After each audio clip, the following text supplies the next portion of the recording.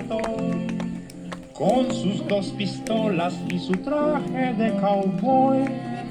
Ha de ser gringuito porque siempre habla inglés, jamás de ser güerito y tener grandes los pies.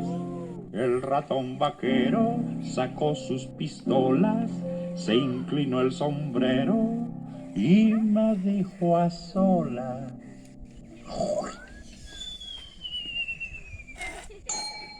what the heck is this house for a manly cowboy mouse? How would you let me out and don't touch me like a couch? Aunque sí, ya sé que no estás a gusto aquí, y aunque hables inglés, no te dejaré salir.